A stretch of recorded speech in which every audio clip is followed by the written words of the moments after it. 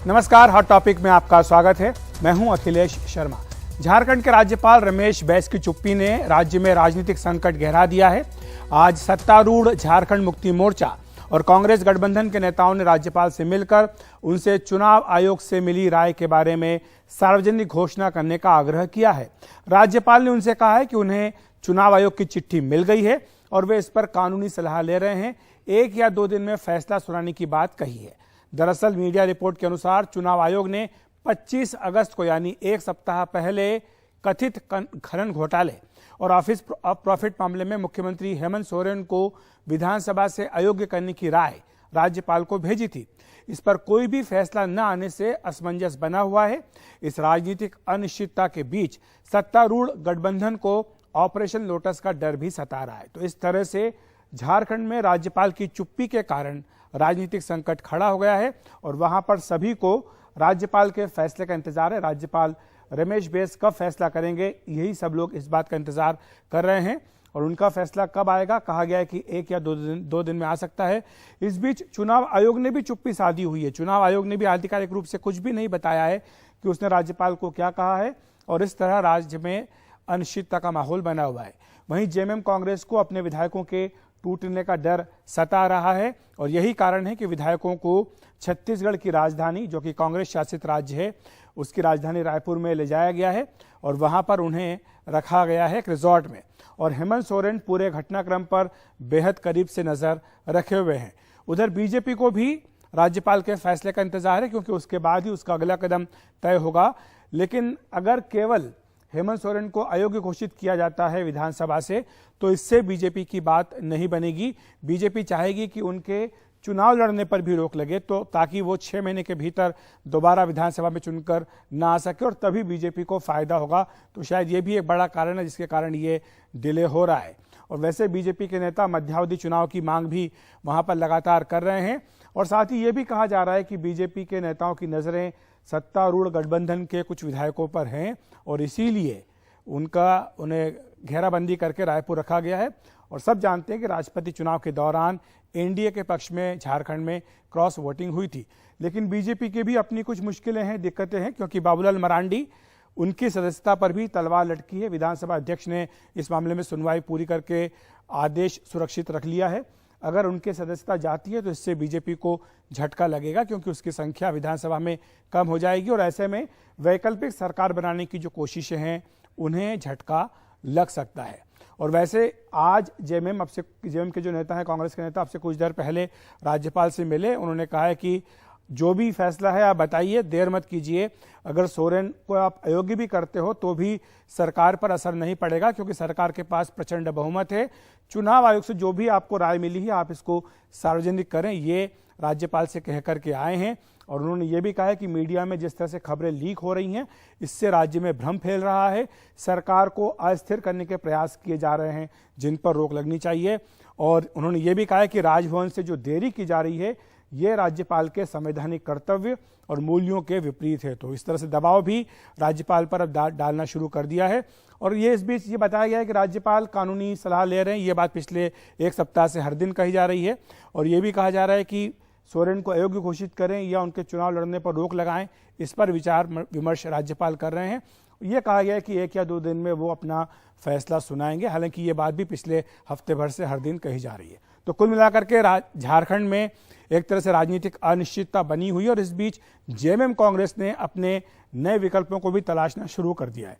ये भी खबर आ रही है कि वहां पर अगले सप्ताह जो बैठक है विधानसभा की वो बुलाई जा सकती है और इसके लिए उसमें विश्वास मत हासिल करने का प्रयास भी वो कर सकते हैं।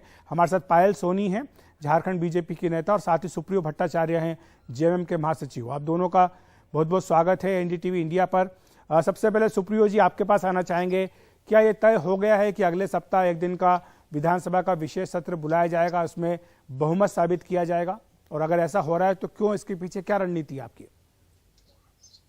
नहीं, देखिए, अगले सप्ताह सोमवार को 5 तारीख को विशेष सत्र बुलाया गया है क्योंकि, और उसमें कोई बहुमत साबित करना नहीं, उसकी तो सवाल ही नहीं उठती है। बहुमत में हम हैं और किसी भी तरह का विश्वास भी नहीं है। कुछ तकनीकी चीजें थी जो विधानसभा का जब मानसून सत्र चल रहा था तो एक दिन पूर्व ही उसको अचानक से स्थगित कर दिया गया था, तो वो सत्र को भी पूरा कर लेना है, इसलिए ये सत्र का आहूत किया गया है 5 तारीख को, जो हो सकता है कि 1-2 दिन और भी बढ़े। ठीक है, तो यानी विश्वास मत हासिल करने वाली कोई बात नहीं। जो दिल्ली में अरविंद केजरीवाल ने किया, कहा कि ऑपरेशन लोटस हो रहा है, उनके विधायकों को तोड़ने की कोशिश हो रही, तो इसलिए उन्होंने एक दिन का सत्र बुलाया, 5वें दिन जाकर के विश्वास मत लिया, तो वैसा कुछ करने का इरादा नहीं है आपका वहां पर झारखंड में? देखिए, दिल्ली से तो ऐसा ऐसा चल रहा, आज सुबह से हम लोग का माथा खराब हो गया कि 4 बजे हेमंत सोरेन जी इस्तीफा देने जा रहे हैं, और नेशनल चैनल, सबसे ताज्जुब की बात है कि नेशनल चैनल चला रहा है। तो ये तो कब से, आज हमने जब राज्यपाल महोदय से पूछा कि सर आपके पास 25 तारीख को कोई खत आया था क्या, उन्होंने साफ इनकार कर दिया कि मेरे पास 25 तारीख को कोई खत ही नहीं आया, मेरे पास तो 2 दिन के बाद खत आया। ये बात उन्होंने अपने मुंह से कही। अब बताइए, यदि मीडिया ही तय करेगा यहाँ का सरकार, और नेशनल चैनल ही तय करेगा मुख्यमंत्री कब इस्तीफा देंगे, कब उनको ये अपना बहुमत साबित करना है, तब तो बड़ा मुश्किल है लोकतंत्र में चलना, क्योंकि ये तो प्रक्रिया और पद्धति के अंतर्गत ही होता है ना। तो हम लोग जिस प्रक्रिया और पद्धति के अधीन है, हम लोग को उसमें रहना चाहिए, ना कि हम लोग को कयास लगाकर ये एक नया आजकल हम लोग टर्म सुन लिए हैं, सूत्र। ये सूत्रों वाला तो ऐसा है कि जिसमें हमको भी नहीं मालूम कि हमको कहाँ जाना है। लेकिन सूत्रों के आधार पर ही जो है आपकी पार्टी में हलचल हो रही, गठबंधन में हलचल हो रही, आपने विधायक अपने वहां भेज दिया। अगर ये सूत्रों की खबर में दम नहीं था तो फिर आप राज्यपाल से पिछले हफ्ते ही मिल लेते, कहते कि आप जल्दी फैसला सुनाइए, ताकि आपका खर्चा तो बच जाता विधायकों को रायपुर भेजने का। अखिलेश जी, 25 तारीख के बाद शनिवार रविवार था, और उसके बाद यहाँ पर 2 दिन की और छुट्टी थी, और हम लोग इस बात को, कल मैंने इस बात को प्रेस के साथ कहा था कि गवर्नमेंट स्टेबल है, लेकिन गवर्नेंस को जिस प्रकार से टॉपल किया जा रहा है, ये बहुत खतरनाक बात है। और आज भी मैंने गवर्नर साहब को कहा है, और उसके बाद गवर्नर साहब ने इसको सीरियस कंसर्न लेते हुए अपने ऑफिस से एक प्रेस कम्युनिकेशन किया है जी, कि मेरे पास पत्र है, मैं उसको एग्जामिन कर रहा हूं, और 2 दिन के अंदर में मैं अपना मंतव्य चुनाव आयोग को भेज दूंगा, और फैसला चुनाव आयोग को करना है, क्योंकि ये राज्यपाल को भी फैसला नहीं करना है, ये तो प्रक्रिया के तहत चुनाव आयोग को फैसला लेना है, और उसके बाद उनको नोटिफिकेशन जारी करना है। इसमें राजभवन से केवल मंतव्य मांगा जाता है, क्योंकि वो संवैधानिक प्रमुख है उसमें। पायल सोनी जी भी हमारे साथ हैं, बीजेपी नेता। पायल जी, क्या बीजेपी भी इसी बात का इंतजार कर रही है कि राज्यपाल की ओर से, चुनाव आयोग की ओर से स्थिति स्पष्ट हो, ताकि आगे क्या करें इस पर एक राय बन सके, एक रास्ता निकल सके? जी, सभी को नमस्ते। ये तो सही है कि बीजेपी भी अभी इंतजार कर रहे हैं कि जल्द से जल्द, जितना जल्द हो सके, जेएमएम अपना फैसला सुनाए, ताकि वैस जी अपना मतलब फैसला सुनाए, ताकि हम लोगों का जो आगे का कार्यक्रम है वो अच्छे से हो सके। क्योंकि क्या कार्यक्रम है आपका? आगे का क्या कार्यक्रम है? क्या आप तोड़ना चाहते हैं सरकार को? क्या जेएमएम के कुछ विधायकों से संपर्क में है बीजेपी के नेता, या फिर मध्यावधि चुनाव चाहते हैं? जी बिल्कुल, हम लोग चुनाव चाहते हैं, क्योंकि अभी देख लीजिए कि मतलब आजकल में झारखंड में बहुत सारा प्रॉब्लम भी हो रही है, तो महिलाओं को लेकर के या फिर जैसे भी, तो वो सब देखते हुए भी हम लोग चाहते हैं कि सरकार फिर से गठन किया जाए, न्यू सरकार आएगा तो फिर हो सके बदलाव की भावना बनेगी। तो हम लोग चाहते हैं कि मतलब, लेकिन पायल जी, जब उनके पास वो कह रहे हैं कि हमारे पास प्रचंड बहुमत है, सारे नंबर्स उनके फेवर में हैं, तो ऐसे में चुनाव की बात कहां से आती है? वो तो ये कहते हैं कि अगर मुख्यमंत्री को अयोग्य भी आप करार दे देते हैं तो भी तो वो चुन करके दोबारा आ सकते हैं, वो मुख्यमंत्री के पद के तौर पर दोबारा शपथ ले सकते हैं।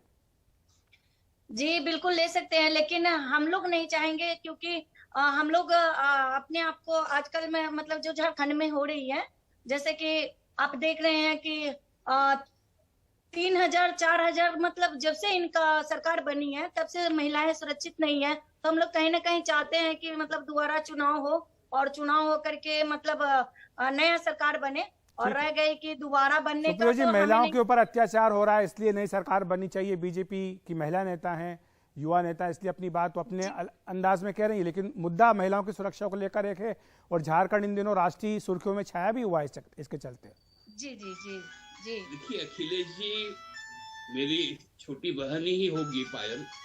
मैं तो कभी व्यक्तिगत तौर पे मिला नहीं हूँ उनसे, लेकिन मैं एक बात कह दूं कि आप पायल जी को बता दीजिए जी। कि 15 तारीख को लाल किले के प्राचीर से प्रधानमंत्री जी महिला सुरक्षा और सम्मान की बात करते हैं और घर आते आते 7 रेस्कोर्स तक 11 लोग बिल्किस बानो के छूट जाते हैं। तो महिला सुरक्षा कठुआ में भी हम लोग देखे थे, उन्नाव में भी देखे, हाथरस में भी देखे, बनासकांठा में भी देखे। इतना जगह हम लोग महिला सुरक्षा देखते देखते अब थक गए। इसलिए हम कह रहे हैं अपनी छोटी बहन को कि आप लोगों के सुरक्षा के लिए हम प्रतिबद्ध है। कुछ छिटपुट घटनाएं हो जाती हैं, लेकिन उस छिटपुट घटनाओं को यदि आप आधार बना लीजिएगा तब तो फिर बिल्किस बानो के मामले को आप क्या कहिएगा। कहीं भी नहीं हुआ होगा उसका झारखंड में जब से सरकार बनी है तब से हमारे हिसाब से 3 से 4 हजार तक महिलाओं का या तो गला काट दिया जाता है या तो रेप कर दिया जाता है। झारखंड में दोबारा गठन हो और मुख्यमंत्री को हम लोग चाहेंगे कैसे गठन हो जाएगा? अरे सरकार गठन होनी बंगला में कहावत है, हम महिलाएं सुरक्षित नहीं है जब हम अपने घर में सुरक्षित नहीं है सर, जब हम अपने घर में सुरक्षित नहीं है तो हम बाहर में कैसे सुरक्षित? पायल जी, सुप्रियो जी, माफी चाहता हूं, मेरे पास समय की कमी है। हम सब जानते हैं कि महिला सुरक्षा एक बड़ा मुद्दा है और जाहिर सी बात है कि राजनीति का शिकार भी होता है, लेकिन फिलहाल झारखंड में जो राजनीतिक अनिश्चितता बनी हुई है शायद वो भी एक बड़ा विषय है जिसका समाधान होना बेहद जरूरी है। हॉट टॉपिक में फिलहाल वक्त एक ब्रेक का।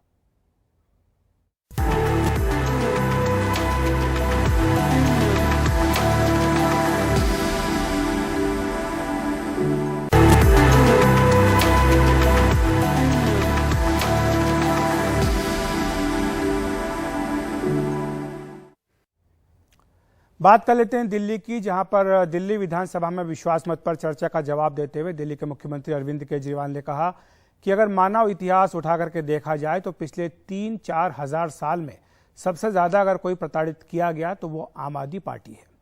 इसके जवाब में बीजेपी के प्रवक्ता संबित पात्रा ने कहा कि अगर पिछले 3-4 हजार साल का मानव इतिहास उठा करके देखा जाए तो जिसने सबसे ज्यादा यू टर्न लिए वो आम आदमी पार्टी है।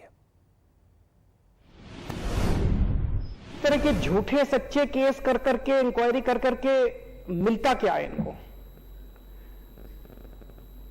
मानव जीवन का मुझे लगता है 3-4 हजार साल का इतिहास है। इन 3-4 हजार साल में शायद आम आदमी पार्टी ऐसी पार्टी है जिसके ऊपर सबसे ज्यादा केस हुए होंगे पूरी दुनिया में, पूरे इंसान। मैं सारा आज डेटा लेके आया हूं। हमारे 49 MLA के ऊपर 169 केस हुए हैं। अरविंद केजरीवाल जी आज क्या कह रहे थे? वो कह रहे थे कि 3000-4000 वर्ष का मानव इतिहास है। 3000-4000 वर्ष के पूरे विश्व के मानव इतिहास में सबसे ज्यादा प्रताड़ना आम आदमी पार्टी पे हुई है। अरविंद जी गलत। 3000-4000 वर्ष की ये जो मानव इतिहास है, उस मानव इतिहास में सबसे बड़ी यूटर्न पलटू पार्टी कोई है तो ये अरविंद केजरीवाल जी आपकी पार्टी।